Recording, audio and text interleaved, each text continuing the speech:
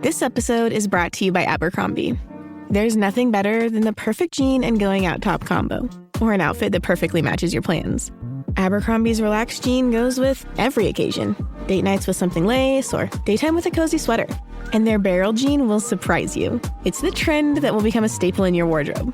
Abercrombie denim comes in tons of rises, fits, and washes. Find your perfect pair online or in store. Yeah. We just chillin' and vibing. Good conversations with good people. Oh.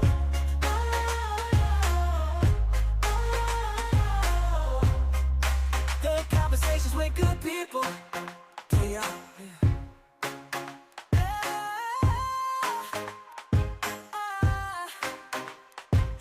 Yo, this your boy Larry, and I'm chilling and vibing with singer slash model slash creator. I mean, she everything, y'all. MJ, what's going on, girl? Hey, what's up, everybody? How are you doing? Hello. I'm good, man. I'm just chilling and vibing. Just chilling and vibing. I appreciate you for coming on. Of course. Thank you for having me. Nowhere else I would rather be because I get to be in my bed with my cat. And I'm sitting here chilling with you. It's perfect. So, MJ, where you from? I'm from Texas. I'm from a really, really small town. Port Arthur is where I was born. Grew up in Port Neches. They're really, really close to each other. It's like small little redneck towns in Southeast Texas. Most of you have probably never heard of it in your life. And that's okay. That's why I moved. Being from Texas, you gotta be a Dallas fan. Am I about to break your heart here? Because absolutely not. Now, I was forced to sit there and watch my family scream and cheer for the Cowboys losing every year growing up, if that's what you mean. No, I So, what's your team? don't watch sports, man. I'm a musician. I couldn't care. I won't lie to you. I really couldn't care less about sports. I don't know. Like I went to UT Austin for college, so I support the Longhorns, and even they don't have the best track record. So I guess I need to eat my words. They did great this year. Yeah, man. I don't do the whole sports thing. So. So, how did you become a musician? Like, how was you introduced to it? I mean, I've loved singing and music pretty much my entire life. Growing up, I was always in choir. I took voice lessons. I always wanted to be the little star of the show, that kind of stuff. I never really considered actually pursuing it though until I got to college. I got big into the EDM scene and raving and everything. And so I started meeting producers. And as they found out I could sing, they'd be like, why don't you why don't you record something for me? Why don't you record things for other producers? And I was like, oh, I didn't know that was something I could do. So I went to Guitar Center and took my credit card that I had at the time because your girl was broke and working at Chick-fil-A. And I got myself a little mic and an audio interface. But yeah, and that's basically how I started everything. And then from there, yeah, I just started putting my music on, it started getting put on Spotify, the producers and things that I would work with. From there, I learned more and more about it, more about recording, more about songwriting. Eventually decided I wanted to stop doing EDM collabs and start doing things for real, doing things myself. And I launched my own solo project in the middle of last summer, about a year ago now. So, like, what feedback you had got once you start doing your own thing? Feedback, I mean, so far it's been all positive. Everybody seems to like it. It's, very different. Like I said, I started out doing EDM. I did dubstep vocals and things like that. But now I have started doing more, I would say, like pop rock. Like my newest song that I released is more pop rock. The one before that, I still had its EDM roots. It was kind of my homage. Like, oh, I stopped doing EDM. Now here I am with this. It was still kind of an EDM song. I like it. Sue me, But no, I mean, feedback has been pretty positive. Everybody's really happy for me, excited for me to do my own thing. I'm excited to do my own thing. Yeah. Your song MLIBWY. What did that stand for? I mean, I saw it and I was like, Did you listen to I it did. stands for I my life did. my life is better without you. It's the chorus. My life is better without you. Yeah. Yeah, I gotta ask, like, what made you write that song? Oh, I love this question. That one, as well as the other song on my solo project, One More Night, are actually written about a boy that I was involved with. We never seriously dated or anything, but we had a little moment. Obviously, I felt very strongly about it the way that I. That said boy actually is the guy who produced both of the songs as well. He's my music producer. And there was a little something there at one point. Obviously, things took a turn, but it inspired a few of the songs that I've written recently. Those two and a couple more I have coming out soon. We decided to be adults about it and put our shit to the side, so to speak, to work on the music. And I'd say it's for the better. I think we make some kick ass shit together. We've both moved forward from it. He has a girlfriend now. I'm over it. Except it is really, really fun to scream those songs still live. But yeah. Yeah. That's where that. You say he produced the song, so what he said when like he heard the first time, like when he heard the MLIBW. Wow. That I actually didn't write that part until after I like that actually got rewritten right before the song was released. Initially the lyrics were a little bit different. The most of it was still the same. It was just that one part of the chorus. But I actually rewrote that with my vocal engineer recently. And by this time homeboy already had a girlfriend and stuff, so I don't even really think he noticed the change. But when he did first hear the song and like first hear the lyrics, I recorded it and I wrote it in front of him. We were in a studio session, and I went. He's like, "Do you have something?" I was like, "Yeah." And I went and I recorded on the mic, and he like turns and looks at me, and he's like, "Did it feel good to scream that at the person it's about?" It's like, yeah. That wasn't exactly that. I said something about wanting to scream. I said I wanted to scream that at something. He's like, "Well, you got to, you know." It's like, yeah, yeah, Who yeah. would be your dream collaboration with? My dream collaboration. All right, we're going back to EDM stuff here. I don't know if you've ever heard of the producer Illenium, but he's amazing. He's a really big EDM producer. He's starting to work more on mainstream things. He worked recently with Avril Lavigne, Travis Barker, Mercury Golden, a few others, Swaco, Trippie Redd. But he's an amazing EDM producer. He was the first EDM producer I started listening to. That's kind of what got me wanting to rave and listen to that kind of music. But my absolute dream goal in life is definitely to sing on one of his tracks, to sing and write for him. Yeah. Being in music, and I saw you was in a music video with 2 Chainz. How was that experience? It was sick. So Two Chains wasn't actually at the location that we filmed at, so sorry if that's disappointing. But at the time, we shot the part with Blue Bucks Clan. God, that's hard to mouthful. But yeah, we shot it at a content mansion in Marina Del Rey.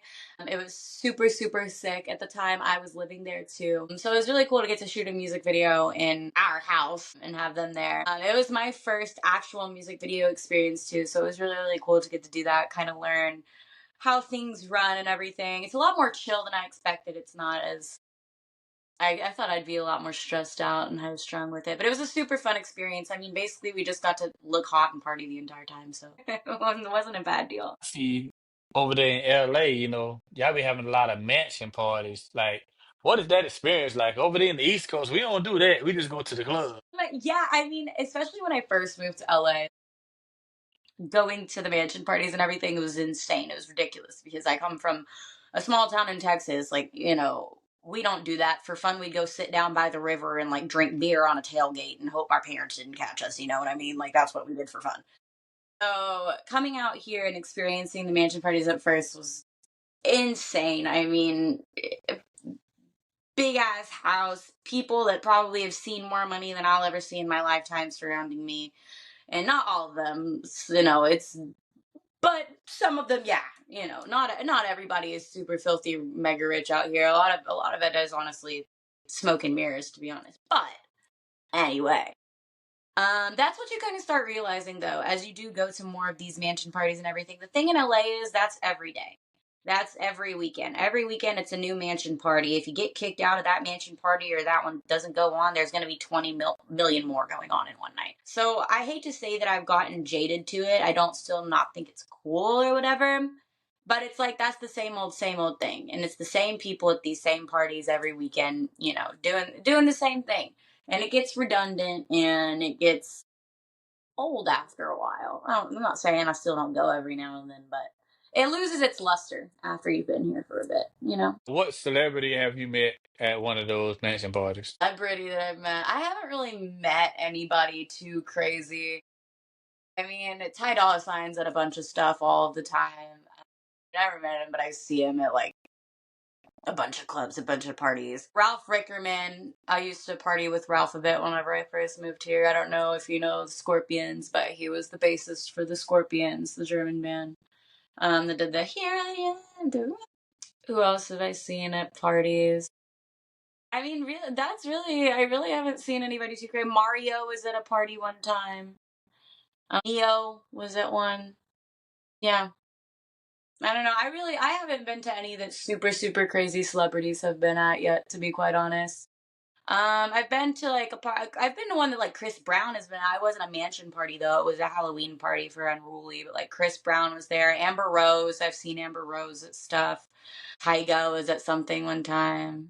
Yeah. How was Adam 22 birthday party? I saw you was there. Adam 22's party was honestly crazy. It was my first ever LA party.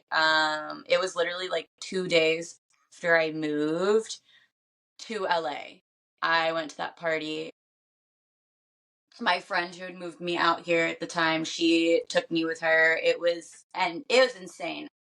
I had never experienced a party like that. It was like this huge venue that you rented out, all kinds of stuff. They were like giving away all kinds of gift bags. I got this huge gift bag full of like stuff like rolling papers, ashtray, all kinds of crazy stuff. Blueface performed. There were like Netflix reality stars there and stuff. Every porn star you could think of was there. It was crazy. It was insane. It was super fun.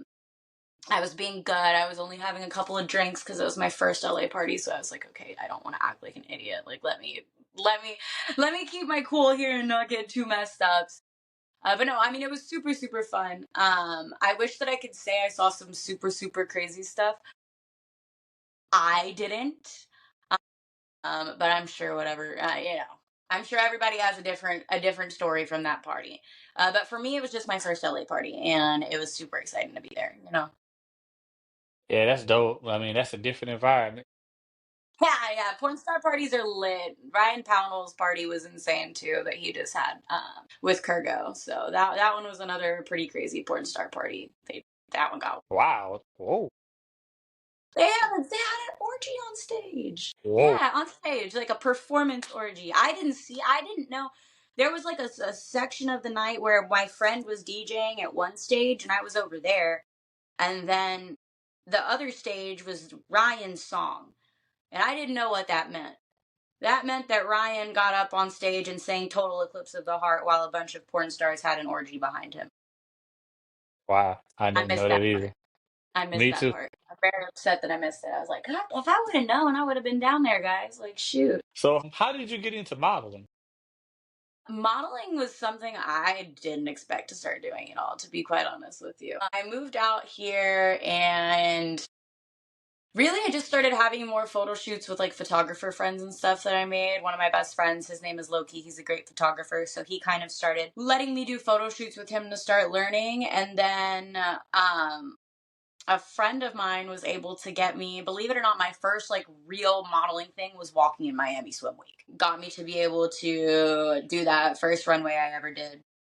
I never like planned or expected on doing modeling because I'm 5'2" and I got a big butt. I never expected to be able to model because of those things, to be honest with you. And then I moved out here and I realized that totally wasn't the case. Now I've been on the cover of a magazine. I've been featured in 2 others. And then I just kind of do like my own fun photo shoots and stuff on the side as well. It's called Millie Ink Magazine. It's like a tattoo magazine. I don't have that many tattoos, but I've got enough to be featured on the cover. So, How many tattoos you got? like 13, I think. Something like Ooh, you got me beat. I only got 1, 2, 4. that. That's okay. Keep adding more. I don't know.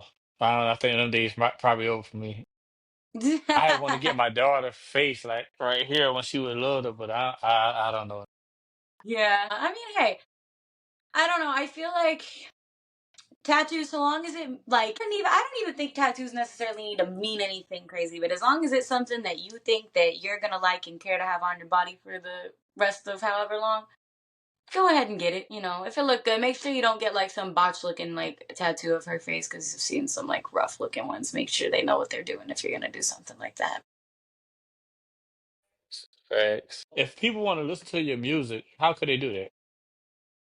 They can find me on pretty much any music platform under It's MJXO. The ITS is part of it. Yes, it's MJXO, all lowercase. And you can also find that if you go to the link in my bio on my Instagram. It's literally the first link that you can click on. It takes you to my landing page that can pretty much direct you to anywhere you can listen to my music at. I know you in LA now, and y'all been dealing with those fires. Has that affected you anyway? It almost did. I actually did have to evacuate. I literally can see Runyon Canyon from my apartment window, and Runyon Canyon caught on fire a few days after all the crazy fire stuff started. I literally was walking into my apartment and I was on the phone with my friend, like telling her, like, hey, like, we're fine, like, nothing's happening to us, we're good. And as I hang up the phone, I get a notification on the Citizen app. And it literally says smoke billowing from Runyon Canyon. I'm like, hmm, I can see Runyon Canyon from my apartment. Like, let me check it out. And I look out my window and there's just flames. So banged on my roommate's door, packed up the cat and important stuff, and we left. Thankfully, they were able to get the fires put out within a few hours. And I came back to my apartment and started crying because it was still here. I really fully prepared myself to like lose everything that night. Like 100%. It was tough. It was very scary, and I say that I'm so grateful that I even had something to come back to. That's unfortunately not true for like so many people. But yeah, it was scary. It was terrifying. Yeah, I heard the winds like be getting up to like 70 to 80 miles per hour. Like that's wild. It was. It wasn't quite that high in Hollywood, but yeah, more like in the Palisades, Altadena, everything like that. Like it was horrifying. I can't even imagine what that must have been like to be in those areas. I mean, I could see on either side because it's the Palisades to the west and Altadena over to the northeast, and you could just see on either side these big black clouds every day of smoke. And then even after like the Runyon Canyon fire, we had ash all in the air over here for a good like day or two. It just felt so eerie and apocalyptic. It was wild. I've never experienced anything like that. We don't have wildfires in Texas. We don't have stuff like that, you know? So for me, this was the first time I've ever experienced anything like that. Yeah, it was rough. Thankfully, a lot of LA was able to come together though. So many of my friends I saw that, if they didn't have anything else to do, they were volunteering. I went to go volunteer a couple of times at the Dream Center. I know so many friends who were doing everything they could, posting resources every day. Everyone kind of halted from their normal LA influencery posting shit to really just focus on what mattered. And I honestly thought that was like so great because everybody always says these things about LA. Everybody wants to say how everybody's so superficial and materialistic and this and that and the other. And I'm not gonna lie, it is true to a certain extent. However, in that moment, you really did see everybody's humanity coming out and everybody like coming together to take care of this city, take care of the people that they love, and do what they could. And it was great. It was great to see. Still to this day, shit's not over. People are still being affected. There's people that have lost everything. Now it's time to start trying to rebuild, get these people, new things. It's not over. I have a bag of clothes over here. I want to go donate when the time is right. Places still need volunteers too. It's not even close to over. This is going to affect LA for years to come. And it's insane to say that it's something I've experienced. I never thought I'd experience something like this. I'm just grateful though, like I said, that I still have a home to come to. I'm glad that I was, able to dedicate my time and to volunteer and do something to try and help those that weren't as fortunate as I was. I'm very lucky that my place that is still here, and I'm not gonna not feel that way. Have you ever thought about like after that happened? Man, I need to move back to Texas. Hell no, I'll take the Texas. There's no. I'm staying right here. I'm good. I just You gotta want not live so close to the hills, so close to stuff that can catch on fire. Move a little bit more into the concrete. so like you don't think they can do anything to try to prevent it? Yeah, but I'm not gonna get political on here, so I'm not I gonna get political. understand. I understand. Well, I just wish, everybody, have a speedy, recovery and rebuilding. No, for sure. I feel that way. And I hope so too. It's gonna take a long time. But LA will get through it, and everyone that this is affected will get through it. I send my good vibes and my love out to them. I want to keep doing what I can, whether that's posting resources or finding more time to volunteer or, donating. Like I said, I have some stuff over here that I still need to take to donate. That's really the most that anybody can do is just do something. It doesn't have to be monetary. It doesn't have or if you can only do monetary and you don't have the time, but there is something that everybody can do. And that's the most important thing. Is just trying to give your help, trying to do what you can. Say, what advice would you give to a young model or a young artist that was just not starting? Just fucking do it, man.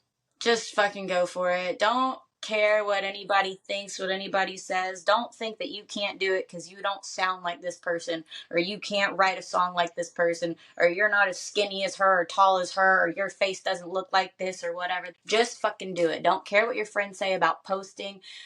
Who cares if you're spamming their page every day? You don't know who the hell's gonna see your video. You're posting things that you're doing. Just fucking go for it, because the worst thing that can happen is nothing at all, and that's going to be the exact same thing that happens if you don't try. So you might as well go for it. And if all else fails, at least you can say that you went for it and you had the balls to try. That's my best advice. Well, MJ, I appreciate you for coming to Chill and Vibe. But before we go, let everybody know what we doing. We're chilling and vibing. Thank you so much for having me, Larry. I really appreciate it. It's been a dope. Oh yeah, appreciate you. Bye. Have a good one.